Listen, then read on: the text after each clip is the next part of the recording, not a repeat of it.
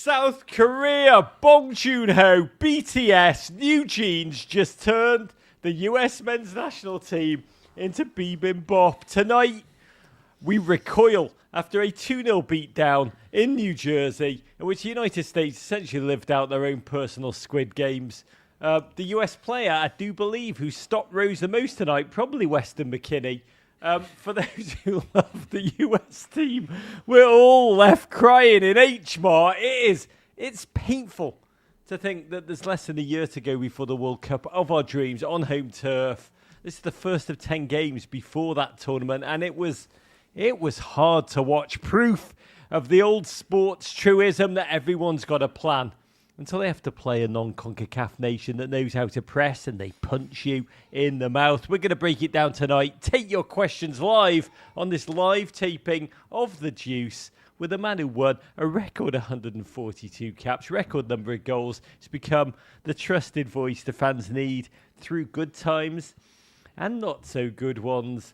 It's a joy to welcome, even on this night, for a live taping of The Juice, the Pride of Nagadoches, the Bass Assassin, my friend, it's Mr. Clint Dempsey. What's up, Rog? How's it going?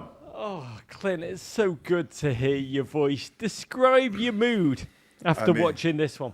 To be honest with you, I feel like Bill Murray in Groundhog's Day. I feel like we're always coming and trying to talk about something positive. It's hard to find.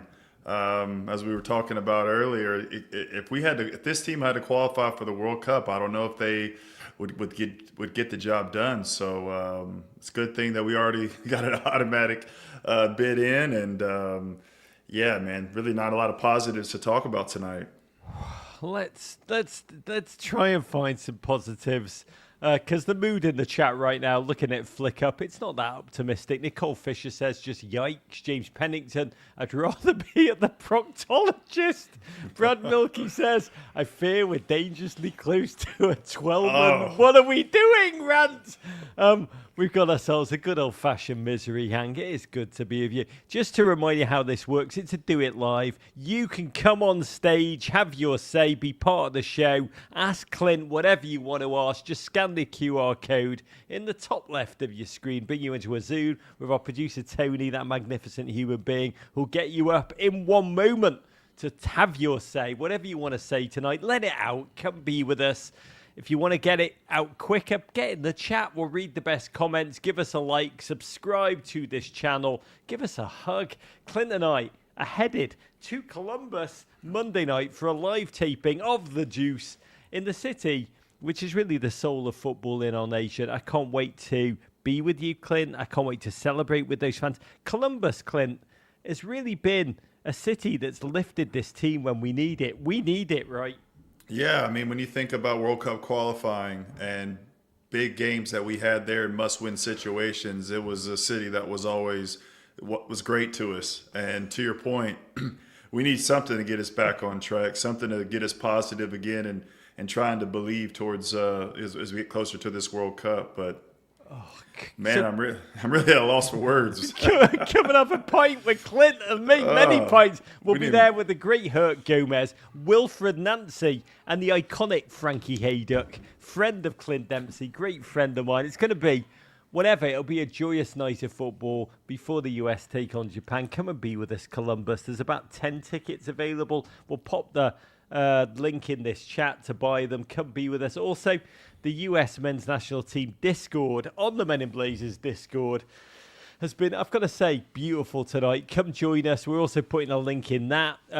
However you're listening to it, there's so many great conversations going on in that safe, wonderful MIB Discord. I do love it. Football is better with friends. Come be with us. We do have one positive comment in the chat. 168HD says, always a pleasure to be with Mr. Dempsey, my US men's national team GOAT. There we go. Let's have a drink because we need it. We need many. And I do love Chip Waston saying there's one very confused LA politician right now. Clint, we're going to break the game down. Let's go back to the beginning. This was really, we knew it was a mannequin strikes back squad for Mauricio tonight. I've always been so excited for US men's national team game day. Before kickoff today, I think I texted you, I feel a lot of apprehension. The bad run of games, the bad sense of momentum. Has a friendly ever felt more like a must-win than tonight? Yeah, I mean, they do feel like must wins because we need to get this fan base inspired. You talk about attendance again at this game. I think it was 80% or 75% for South Korea. You're confused by not bringing in all of your best players who are available to you. You're confused by not starting all your best players. I don't understand why Chris Richards didn't start tonight. If anything, you're trying to find, if it's not Tim Ream, that next guy up that's going to fill his shoes to be in that center back pairing. You're still trying to figure out the goalkeeping situation. Still can't understand why Sargent, it's been 3 years since he's scored for the U.S. men's national team, but he's able to do it in the championship with Norwich week in and week out. And you got Bolligan back, which was a positive, got Dest back, which is a positive, but there's not a lot of positives from tonight. And you talk about that back line. They were exposed with the pace of South Korea and how they got behind them. And even on the second goal, that player being able to get on the half turn and then find Son, who does a give and go around team, and Tim Ream. And it was shambles. Shambles. God bless. I mean, you mentioned Des back. That was a joy going forward. Christian Pulisic also back after all the noise. Great to have him back to the squad, which was different. This squad was a little confusing. It's like half human, half goat, half January camp, half real deal. Starting lineup: Pulisic back, Serge back for the first time under Pochettino. Josh Sargent not chosen for the Gold Cup, but he scored his way back to number 9. Thomas Muller's favourite, 29-year-old Tristan Blackman, made his debut.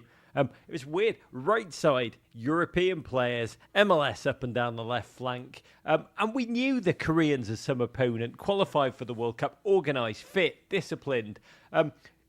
Clint, we'd seen us get absolutely battered by Turkey A and Switzerland before the Gold Cup. When we play these mid-level opponents, it has rocked us in the past. Yeah. So I was a little afraid. And from the outset, I mean, first of all, the press from Korea was too much for us from the off. I was relieved we weathered the storm early. Tyler Adams seemed to just all means necessary try and repel it. But then Korea sat back, gave us a chance to attack. Yeah. Tried to. I was like screaming at the television, it's a trap. I mean, we felt good in possession. Dest looked hungry. We pinged it around a little bit. But the second they could get at us, triggering the counter, we'd committed so many players forward, left our centre-backs wide open. Song Heung-min lost Tristan Blackman, totally switched off, charged in on goal, lashed past Harvard, Donnarumma, Matt Freese, with his left foot into the corner. Clint, it was so simple to watch them on the counter. And I've got to say, Mauricio Pochettino, he's always known how to get the best out of Sonny. Yeah, that's true, right? he's always getting goals for him, huh? Oh, man. Nothing's changed. Nothing's changed. He's still doing it. What I will say, I mean, to your point, I mean, South Korea was there for the take, and I didn't think they didn't play that well with their back line. There were some chances that we could have been more clinical on. When they played out the back, and we so exactly. bloody, I mean, like drunk playing out the back was what it was. So you're right. We did have Berhalter that chance early. Yeah, but it seemed, to your point, it seemed like they were playing for the counter. They did expose the lack of pace that we had on our back line. And once they got the second goal, it looked just like we were cooked, right? Like it was all a wrap. But I mean, there was a few bright spots in the second half. But man, we were talking about it during the game. There's just not a clear-cut way in which we attack and we create chances, and man, just not creative enough in the midfield as well. I mean, I think it's difficult to play Berhalter and Adams together. They're kind of similar. They break up plays and play simple. Maybe missing some creativity there, or more of a box-to-box midfielder like a McKinney, for some reason not brought in. But I don't know what's going on. I don't know the thought process of why you bring in certain players and not others, but I would always want to have my best players in, especially with not a lot of meaningful games left as we build towards the World Cup, and try to play those best players, and really just looking for a little bit of depth, or who's that extra player that comes into the team as continuing just a huge project like it looks like it still is tonight. Yeah, I mean, God, that first goal, I thought Sonny played for us now. Here's what I wanted to ask you about that, because the second goal, you're right. I mean, it felt like we were smoked in your words. But that first goal, Blackman and Tim Ream, the spacing was on gaping hole settings. Yeah. Blackman, the debut, 29. And I'll be honest, unexpected experiment with Chris Richards, as you've said, right there on the bench. Also, Cameron Carter-Vickers. Seems, I don't know what he's done to not get close to this squad. But we know centre-backs together as a pairing need chemistry, and that chemistry needs reps. How long do we have to, how long can we experiment at the centre-back position with 9 games left now? I mean, I think it's important to have consistency in that position. It might be a situation where if you're looking to bring someone on, maybe try them in the second half if you're up and bossing the game perhaps, and looking to kind of see it out. But yeah, I mean, there's so many questions still within this team, and we're not far out. Like, who's going to be your goalie? Who's going to be your best center back pairing? Who's going to be your number 9? I mean, it's a lot of who's. By the way, who's going to be the midfield? What's the midfield? Yeah, exactly. I mean, exactly. that is that. I think the loss was the loss, but that is the chaos. What did we learn towards those questions? I mean, get your comments in. Come on up and talk to us about how you're feeling. But in that moment, we wanted to see how the US would respond. You mentioned Josh Sargent, back playing alongside Christian and Tim Weah for the first time since that Panama disaster in the Nations League that you were at. Tim Weah had a chance, a snapshot in a scrum that went wide. But Sargent has not scored for the US in 2,118 days now. Scores for fun, as you say, for Norwich. Leading scorer in the championship right now. How does that work, Clint? Striker is prolific for club, but not for country. Well, I mean, I think it's difficult when you come into these like one-off games or these short windows where there's all that pressure on you to perform. But the only way that you're going to score is you got to get shots off, right? You got to be selfish, and I don't think he was selfish enough tonight. But if you were truly trying to get this guy confidence, Gold Cup. He should have been brought in the Gold Cup. You should be able to get goals against the teams that you had in group play.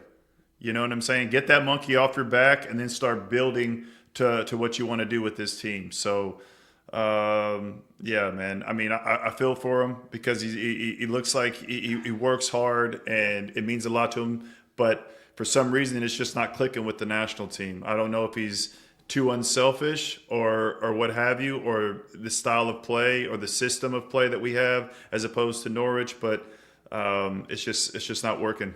I watched Canada win in Europe yesterday.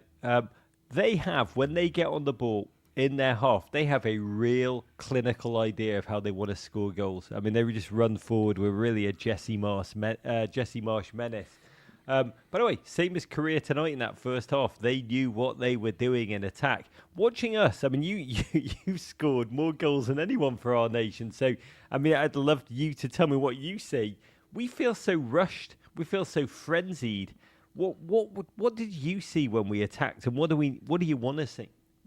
Well, I mean, you're not creating enough chances, right? Are we a team that's getting forward with our outside backs and getting crosses in? I wouldn't say so. I don't see there was a lot of times that you saw that happening, right? And if you're an attacking player that relies on service, there's not going to be a lot of service in that way. A lot of times it seemed like it was kind of played through the midfield.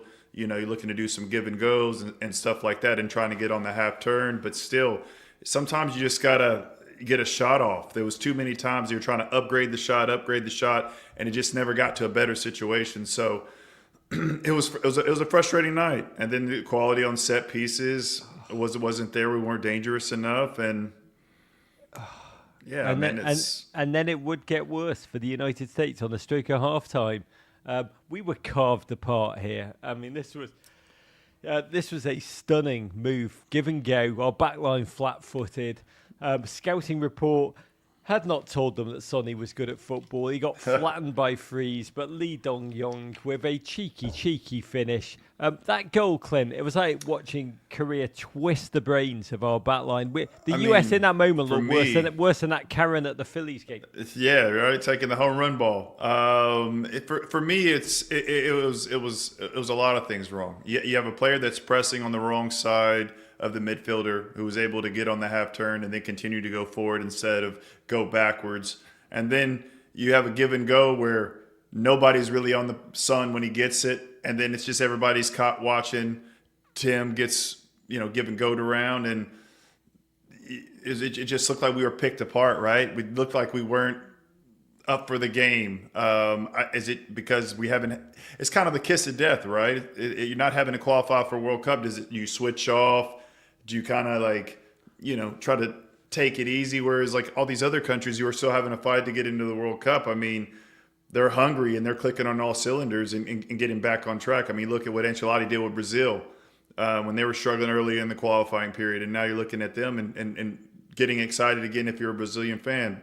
But for the U.S., we haven't got that excitement going for us. It just seems like we're Groundhog's Day, like I talked about in the beginning. I mean, how do you feel? It was definitely anyone. I think anyone who loves the team and believes in the team and has seen the forward progress, has watched this team.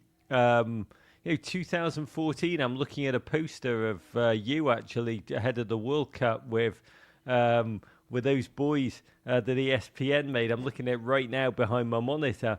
That spirit, that energy, that idea. It was a crude idea of football, but it was, it was enough to have collect. That's what you need at the international game. It's not complicated football that leads it, but we can't even play.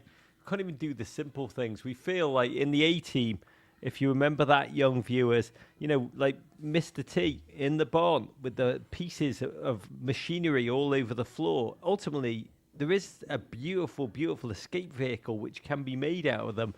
But right now, we look like we're in pieces, Clint. We really, really do. Well, think back to when Pochettino's taken charge of this team. Like, what are the best results that we've had? I mean, Jamaica away from home.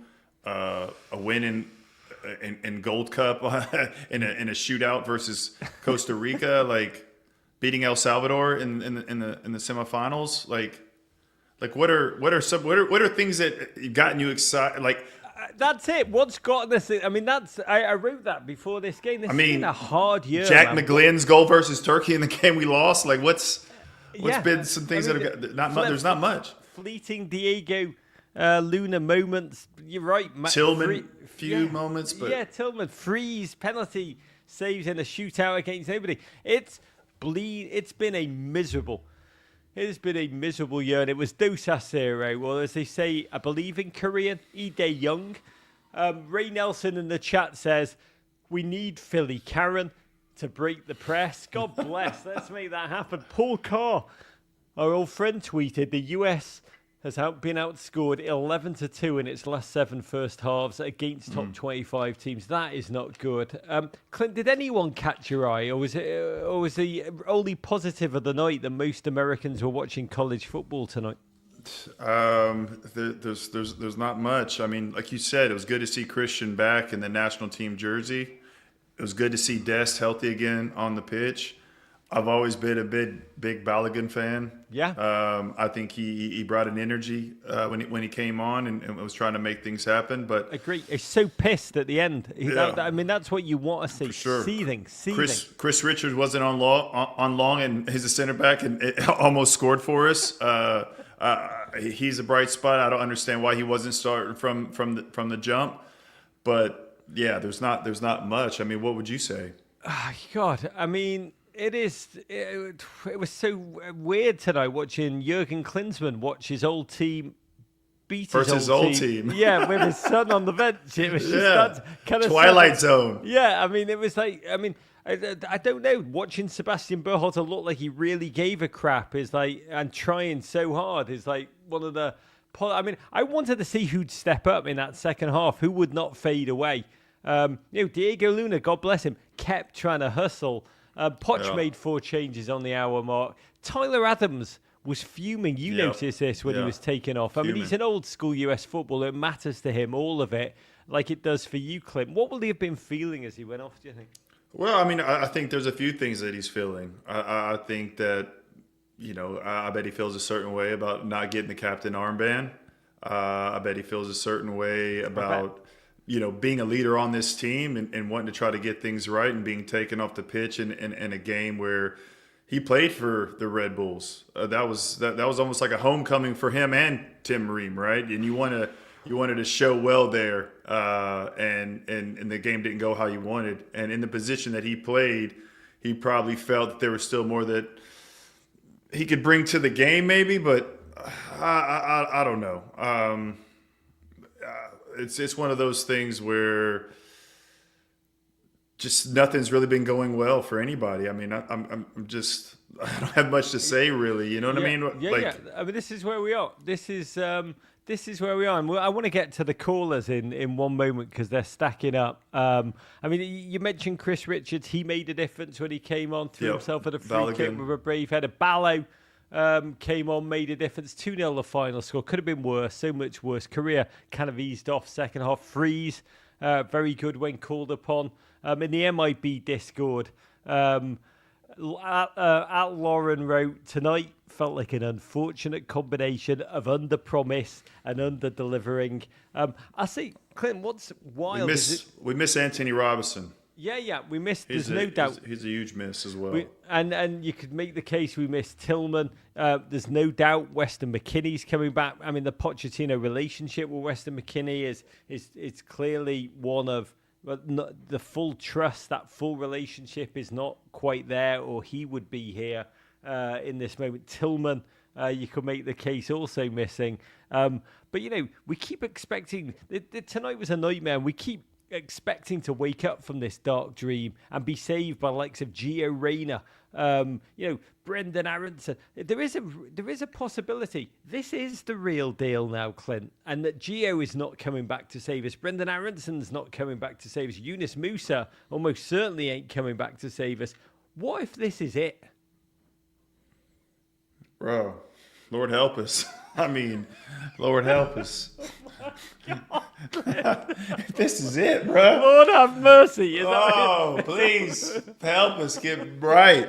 I mean, I don't even know what to say. I hope this ain't it. I mean, I'm normally the positive guy, glass half full, but man, even I'm getting kind of beat down in the dumps. I'm starting to feel like Eeyore from Winnie the Pooh, man. I feel like it ain't going to work out. So, I mean, tonight felt like I mean, this was. I'll be candid. I fear Japan. I think they're actually better than Korea. The continuing experiments, the continuing auditions, the talent assessments. I'll just say Blackmon is not it. That felt like a bit of a waste of time. But 8 months out of the World Cup, you said it. We got questions all over the field. Who's the goalkeeper? Who are our centre backs? Who's our midfield? Who's our starting striker? You've been in squads. You've been in squads where the coaches change mid-cycle. Yeah. The fact that everything is still so wide open, as a player, are you like, we need to understand Pochettino's just a year in. We've got to give him a little bit more time. This is how it is. Or do we feel behind? Do we feel unusually unstable? I think unusually unstable. There's no more time to be given. I mean, it's now or never. You were brought in to try to get the best out of this team that you possibly could with your eyes, to look at this national team pool and find maybe something different that can add to this and make it better. I don't think we've progressed since Copa America, in my opinion. We don't have a clear-cut team that we know what our best 11 is, or even our best 6 are. So it's crazy. It's crazy to think that we're this close to the World Cup. We have a World Cup on home soil, and you look at this team, and we talked about it from the top. Like, now with qualifying, more teams get in, but qualifying during our time, does this team get in? I don't know. 4th place playoff, I think, probably. I give us this. Who me in the chat says, good damn, a Dempsey Eeyore reference. That's what it's come down to. This is where we are. A Clint Dempsey Eeyore. I mean, Poch is a year into the job. He went on television in Spain this week and was asked for his expectations of the US in the World Cup. His quote was, I can't score the goals, nor can I defend them. I mean, I'm sure we'll talk a lot more about this in Columbus in person. How much of this is on him? How much of this is on the players? The players, some of whom he handpicked in a quite unorthodox style. What do we make of this? I mean, it's on everybody. It's on the coaches. for the player selection and for the way in which they play. It's the players when they get the opportunity on the field, what they're doing, and it's U.S. soccer. What kind of players are you developing? And why aren't we better than what we were in the past, or significantly better, or having more depth and more options of players that we can bring in and really kind of change things up? Yeah. Yeah. I mean, I agree. I will say, listening to Michael Bradley interviewed before the game, where he quite articulately talks about how he wants to see these players know that what they're about to go through is an incredible privilege to represent the United States on home turf in a World Cup where the spotlight is on them. This is the nature of the moment. It is. There's the feeling that this is the most incredible moment, and the fact that we're heading towards it in just such a savagely self-destructive way. That's what's making this agony feel like double. We've got to touch upon, because I want to get to these questions. They're all lining up. We've got to touch upon the crowd. You mentioned it already, Clint. We lived a Gold Cup in which the stadia were either filled with empty seats for the United States games or sold out by Guatemalan fans or Mexico fans. Tonight, again, felt like another away game on home soil. South Korean fans, number of people there from the media said it was 80% South Korean packing it in. Poch talked this week about how he feels, quote, jealous of college football atmospheres. You've lived. I mean, I remember 2014 again. The US fans bought the second most tickets after the Brazil home fans. Tens of thousands of them followed you around Brazil.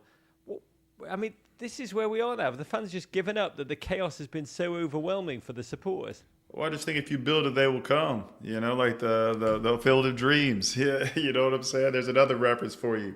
I mean, you got to put the fans in the seats, and you got to give them a reason to be excited and puff their chests out and be able to talk trash about, like, my team's going to whoop your butt today. Like, have a little bit of confidence and belief. And, it's just not what we're seeing right now. I still think there's time to get things right? Get everybody back on track, get some confidence going, and get this team clicking. But we're running out of time.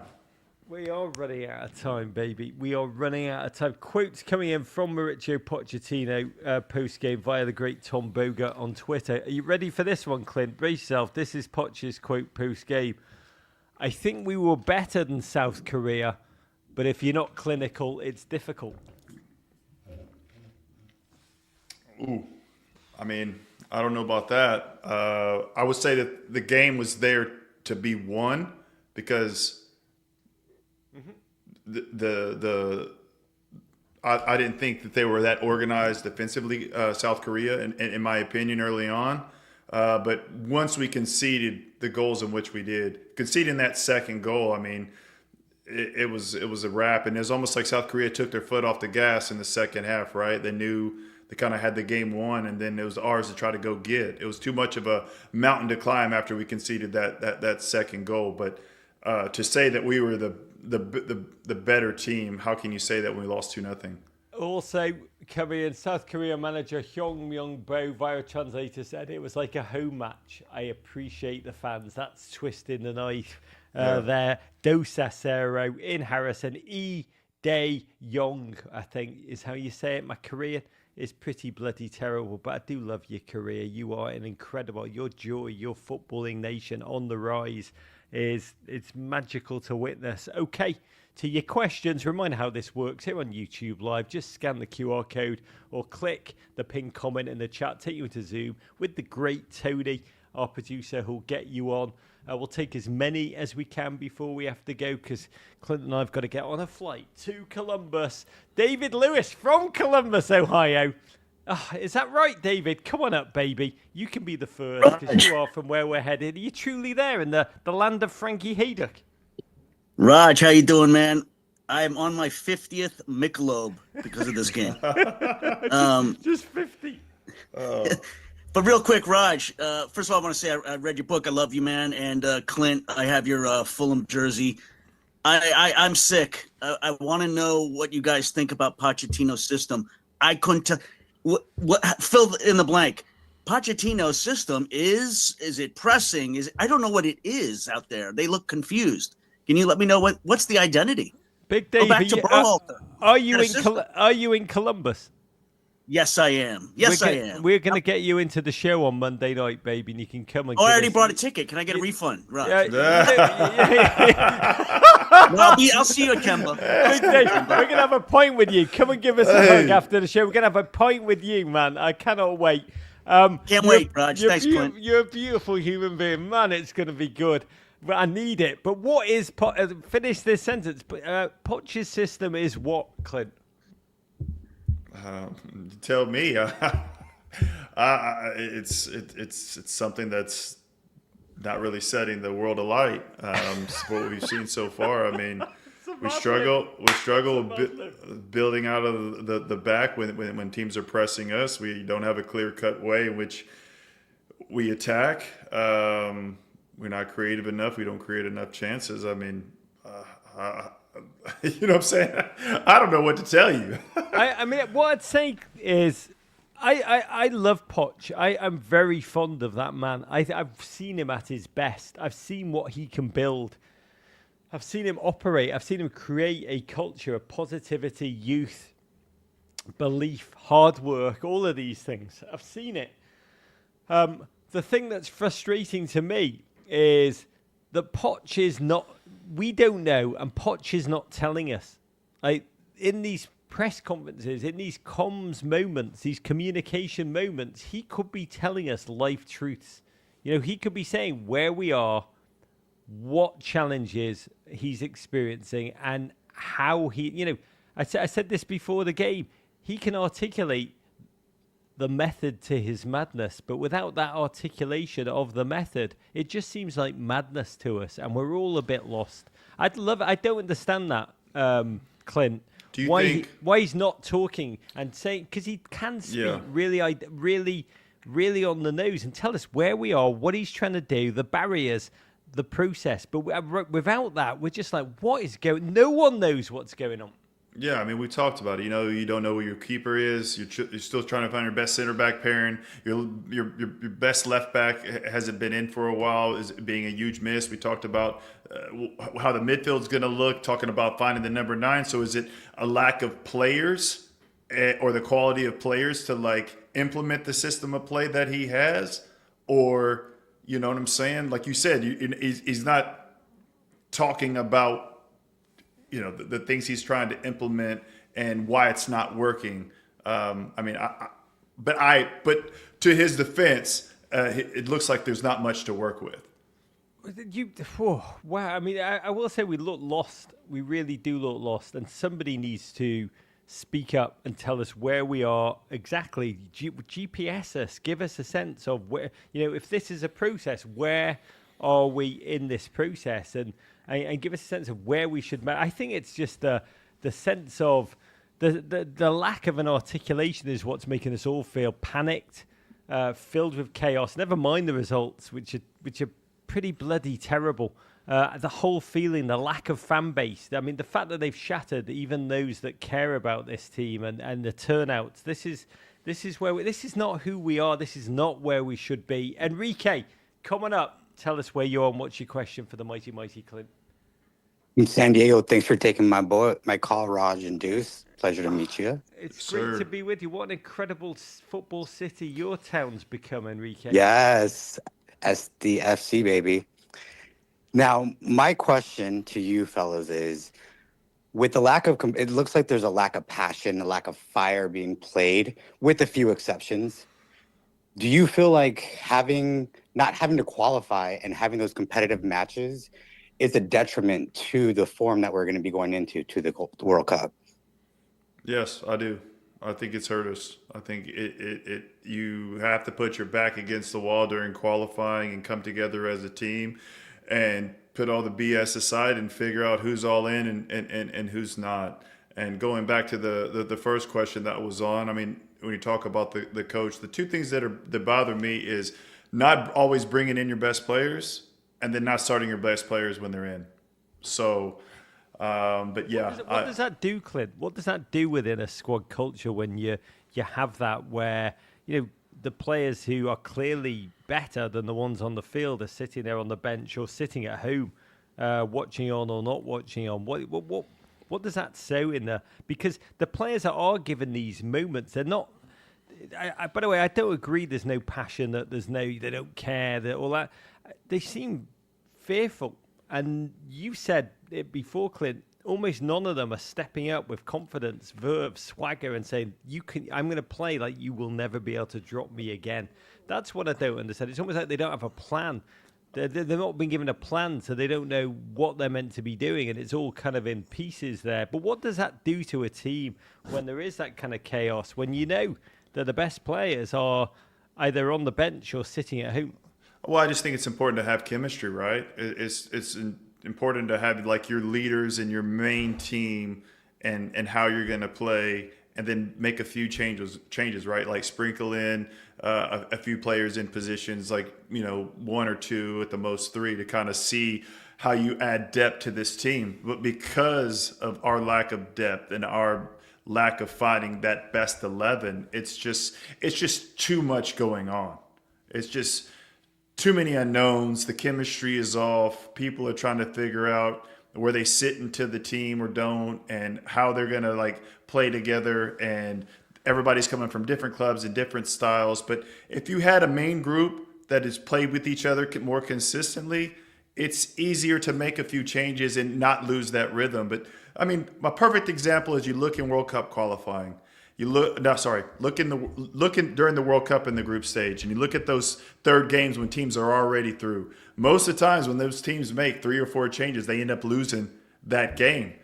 And I just feel like that's the kind of situation we're in. We're just making too many changes and not having enough consistency to get the job done. Yeah, he's trying to rebuild the culture.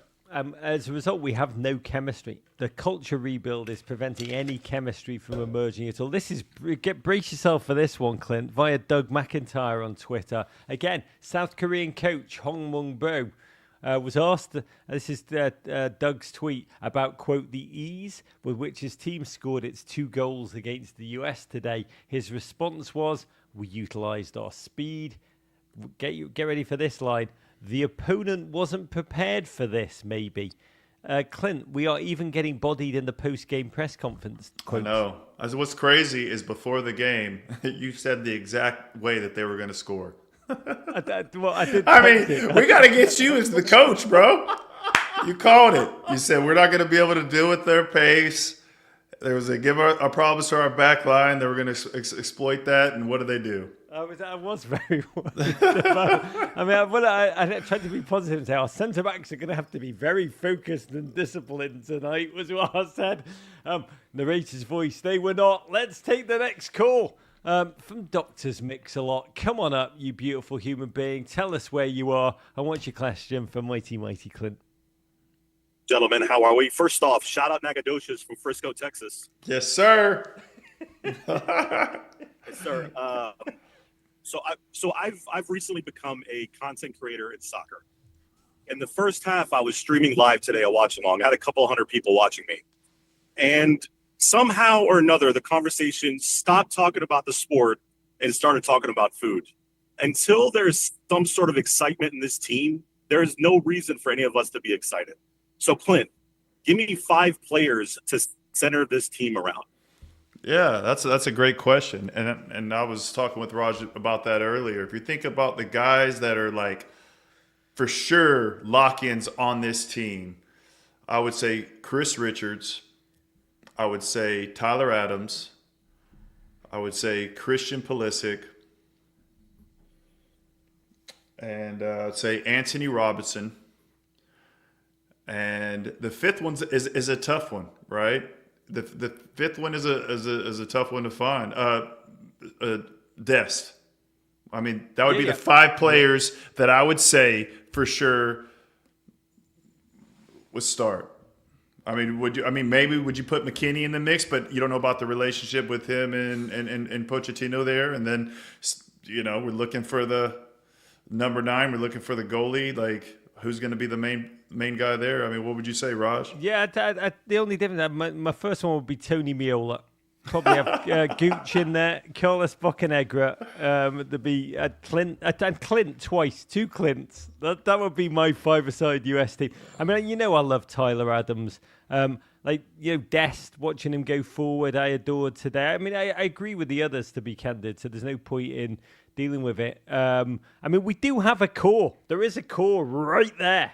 I mean, you just named it, give or take. You're missing two of the spine, right? You're missing a for sure goalkeeper, and you're missing a for sure number 9. Yeah, of that spine. by the way, I take that. We had that with Greg Berhalter going into 2022. That exact same problem. We had a spine, but we had no goalkeeper yet. There was that goalkeeper battle. We didn't know who our strikers would be. Look, I totally agree with you. That's one of the crazy things, Dr. Mix-a-Lot, that there is a core right there, but in trying to rebuild the culture or remold it to his liking, that core has been smothered or buried. I want to get to these questions, but Dr. Mix-a-Lot, you're a mad bastard. You just explained why there weren't American fans at the game tonight. It's because they're all on your live stream, my man. We're going to take 2 more questions before we end tonight, but I want to just read a quote from Paul Kennedy, a legendary editor of Soccer America on Twitter, who writes, Pochettino described the performance as, quote, a massive improvement. The result will come soon. My God, that's good news. The results are coming soon, people. Take these 2 more tonight. We're going to have Peter. Come on up, you beautiful human. From the great winning, glorious city of Seattle. Is that right, Peter? League Cup champs, babe. Baby. Your team is amazing. Your team is amazing. Your fan I was at the game. It was great. I bet, man. Yeah. I bet. Raise a glass to you tonight. That was Thank you, American football joy of wonder. Yep. Feels like months ago after that game tonight, though, Peter. What's your question for the mighty Clint? Yeah. So I'm not sure that firing the manager is the magic wand fix for this team. As I think it's a combination of things that have us in the situation we're in. But let's say hypothetically that it was all on him and firing him was the best thing for the team before the World Cup. When would be the last possible moment that could happen in this World Cup cycle that could allow us to find a replacement and give that person enough time to work with the team? I guess to put it another way, are we at the point where we just stick with Pochettino because time has run out for any alternatives? Oof. Well, I mean, I'll just say I don't think I think Pochettino is going to go all the way, unless Pochettino decides that he just does not like this American thing at all. I think we're going to go all the way. I think you could make the case from his perspective that the only 3 games that matter that he was hired to manage were the 3 group stage games. And that they're going to just be like, judge me on those. Those are the ones that matter. Give me this run. That's what he signed up for mid-cycle. I think right now, speaking to people within US soccer, their mindset is, dudes came in halfway through. Of course we're behind. He's not had a full cycle. That's where we are.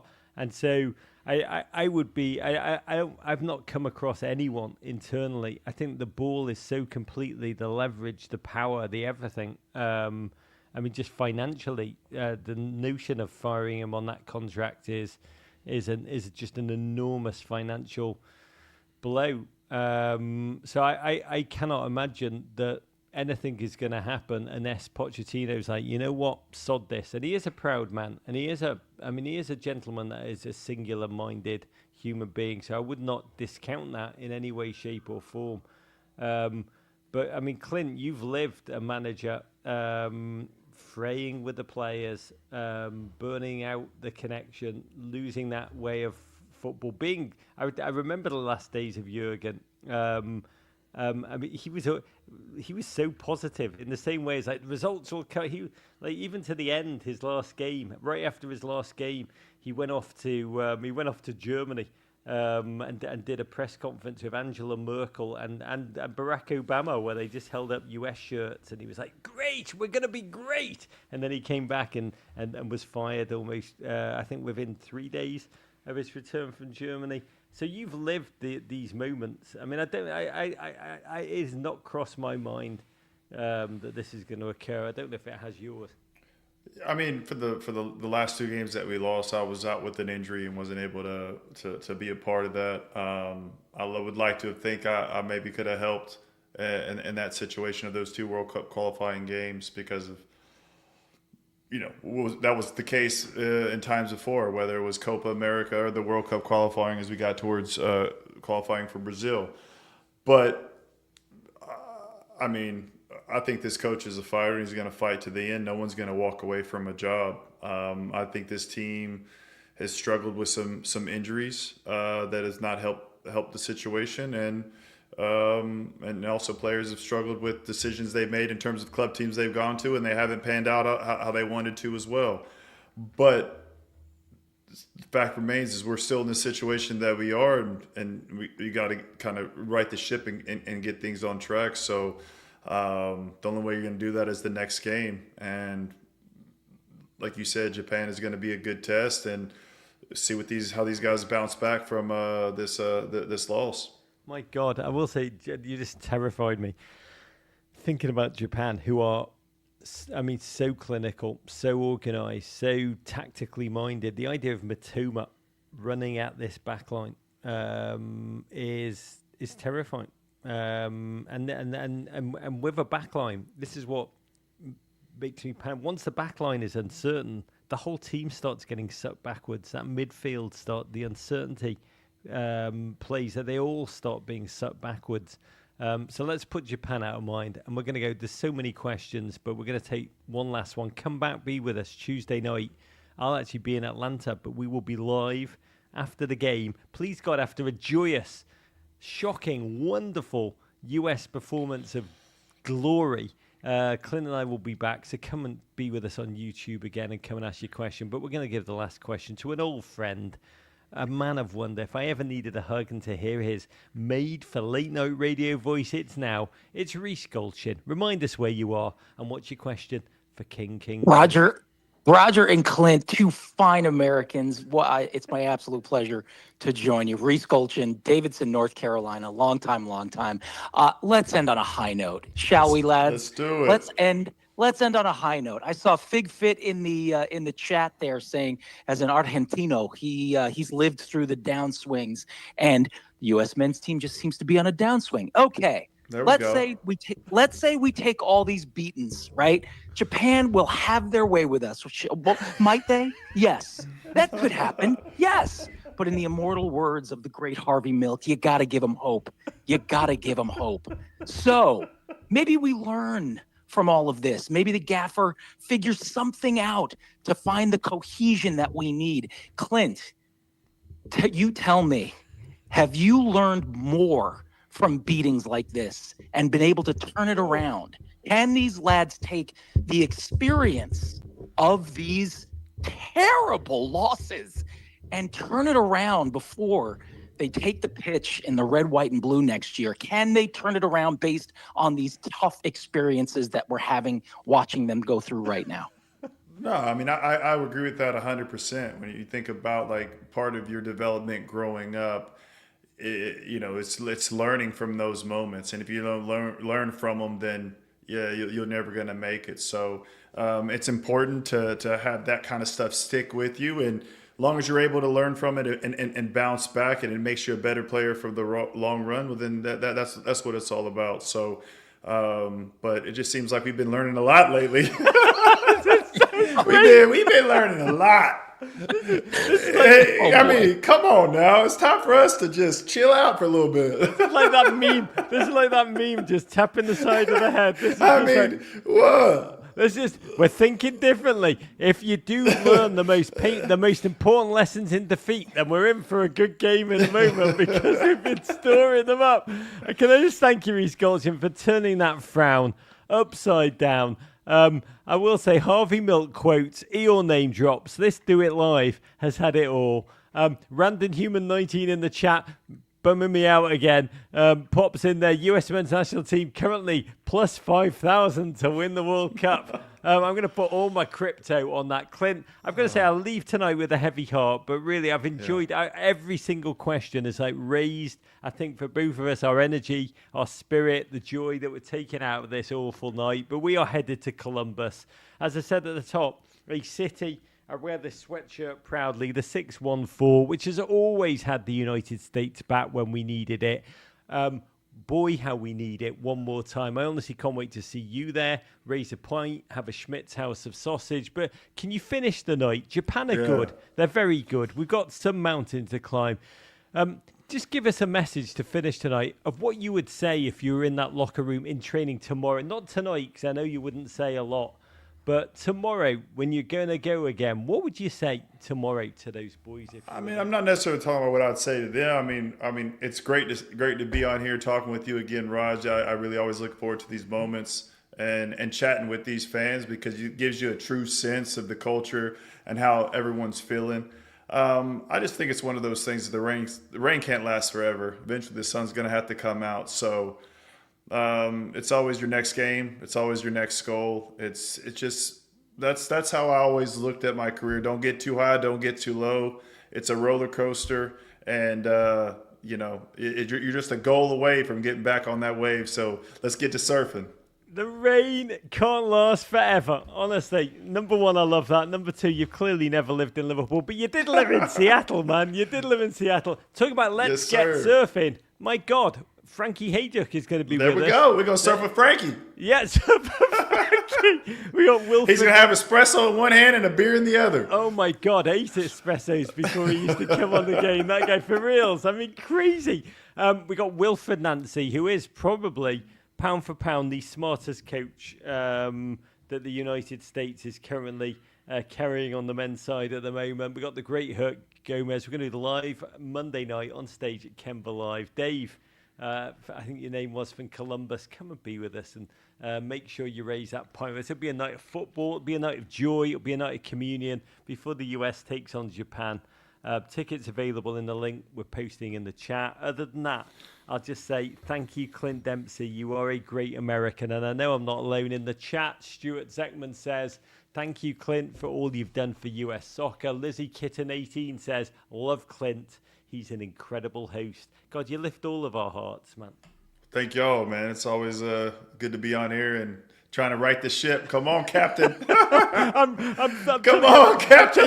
Trying to bail the water out, man. Get these buckets of water out, man. I'm bailing. Big love, America. To better days ahead. Courage.